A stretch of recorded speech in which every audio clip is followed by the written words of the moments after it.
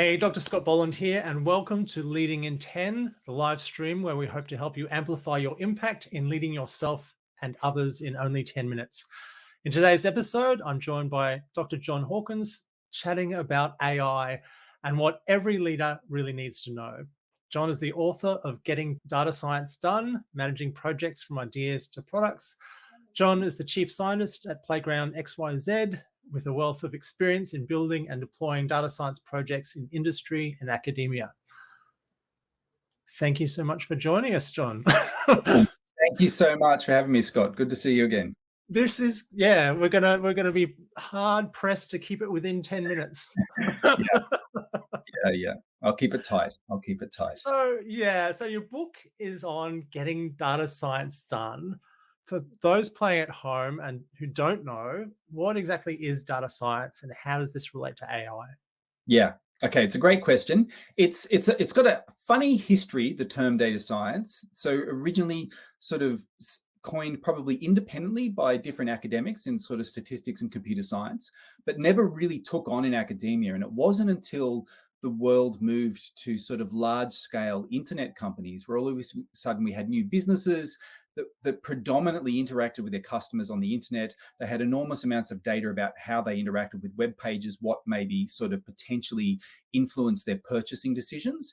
And industry started to demand, we wanted people with quantitative educations who were kind of hackers. They had that hacker ethos of they could manipulate data and shape it how they needed to, which a lot of people in various engineering disciplines need.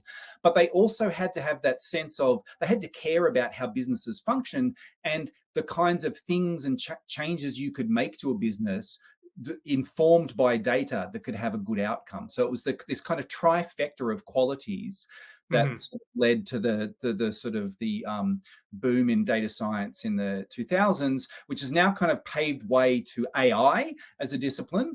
And as you well know, the term AI has been around for a long time, although nowadays a lot of people use it predominantly just to talk about generative AI systems, the likes of which of the generation of text or images.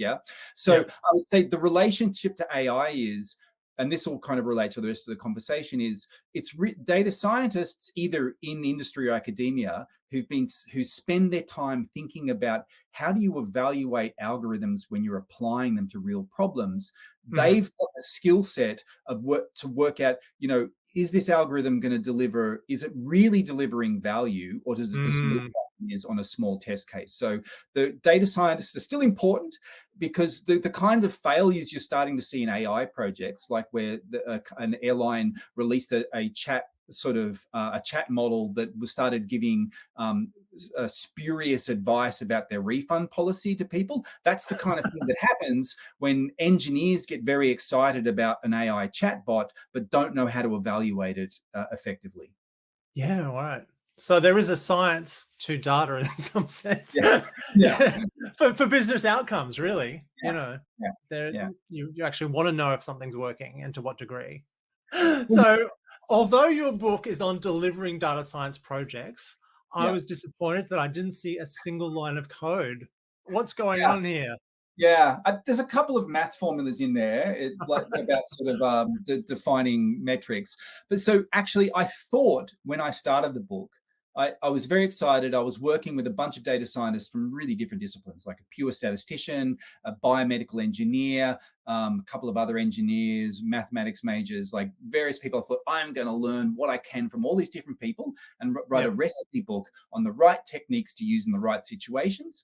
And then I discovered that most of the projects were failing, having absolutely nothing to do with the technicalities whatsoever. It was it was more about problem framing, communication, stakeholder management, and thinking about how do you really evaluate the potential impact on a business.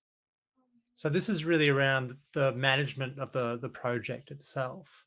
Yeah, I So mean it's semi-technical because you do have to think about it's the fine details of how you measure, how you evaluate, how you estimate changes, thinking about the causality of changes in the business and how that would be reflected in the data. yeah, because I think for me, it's that the idea is the world is complex.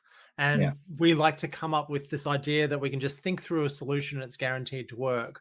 Whereas Yeah. most projects, like 9 out of 10 startups fail for the same reason, is we think we know what will work and it doesn't actually.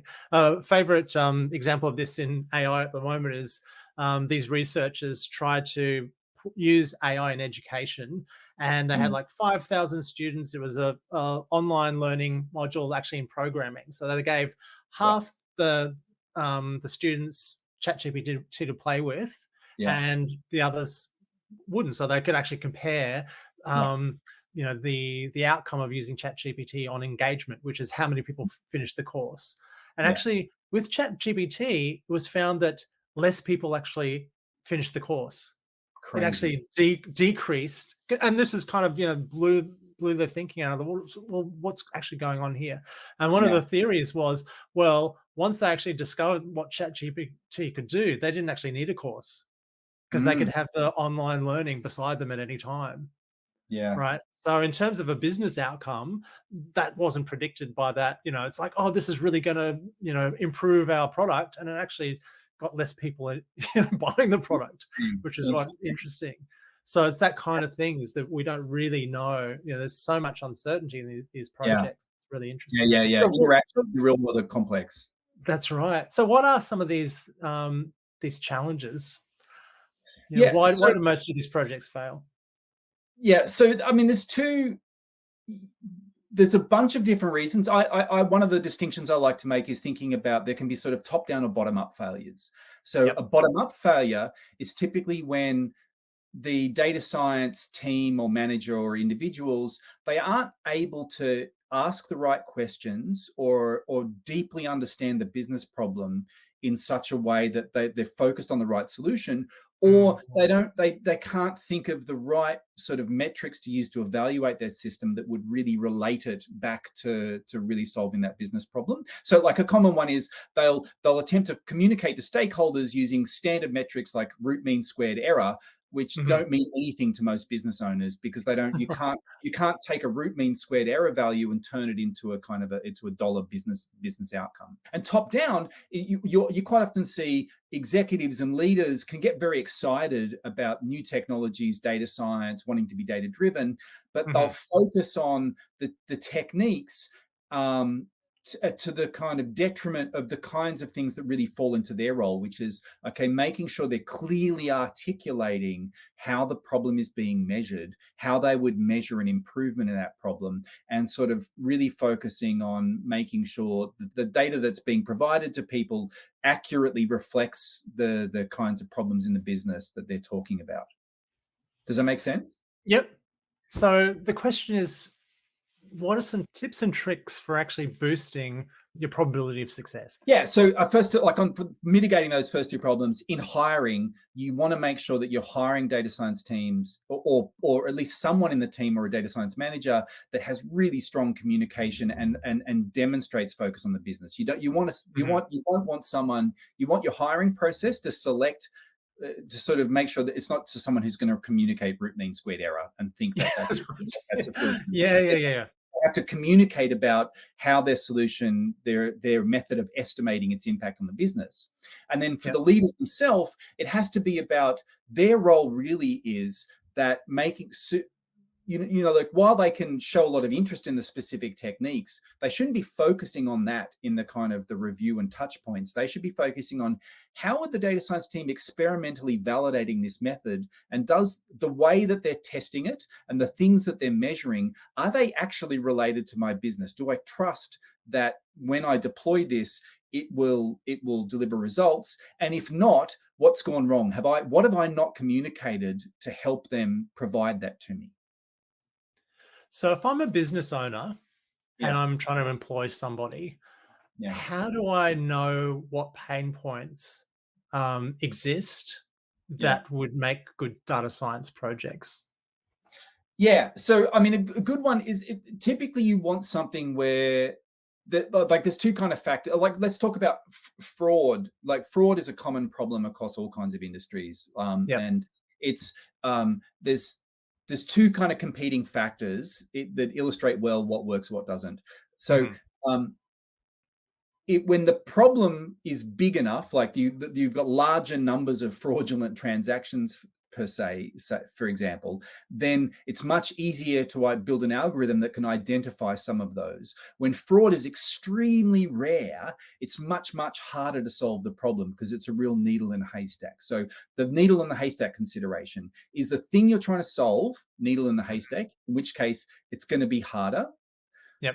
If it's not a needle in a haystack, going to be easier. The second thing, the mitigating factor is how much does it cost you? If your fraudulent transactions cost you only $10,000 and it's a needle in the haystack problem, it's the wrong problem to solve. If your fraudulent transactions cost you several million, maybe it doesn't matter that it's a needle in a haystack problem because it's worth going after. So you have to think about those two competing factors: rarity or the base rate, and the relative costs of the events you're trying to track. So prioritize projects based on that combination of the cost of the problem and the rarity of the event. On the business outcomes for solving that particular issue. Yeah. Perfect. Where can people find out more about you and your book? Awesome. Thanks, Scott. Yeah, so LinkedIn's a great place to connect. And I'm always sort of poking around on LinkedIn, or they can search for the Getting Data Science Done website, which you have up just there, and join my mailing list. I don't send out emails very often. Usually it's just sort of announce if I'm doing something new, but I have other book ideas and other papers and open source software projects I'm working on that I'll talk about there. Perfect. Awesome. Thank you so much for your time. Thank you, Scott. Brilliant. Okay. Cheers. Cheers, mate.